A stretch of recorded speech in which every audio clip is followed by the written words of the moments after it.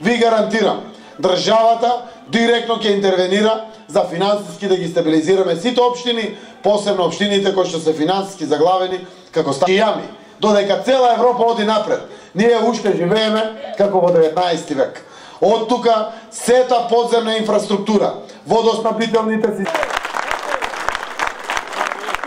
Ве повикувам, почитувани пријатели, заедно сите здружени, како што сме сите од политичките партии, и на крајот треба да ја довршиме кампањата и на 29 да гласаме за бројот 19, да гласаме за идната градоначалничка на општина Старо на Горичани, Жаклина Јовановска.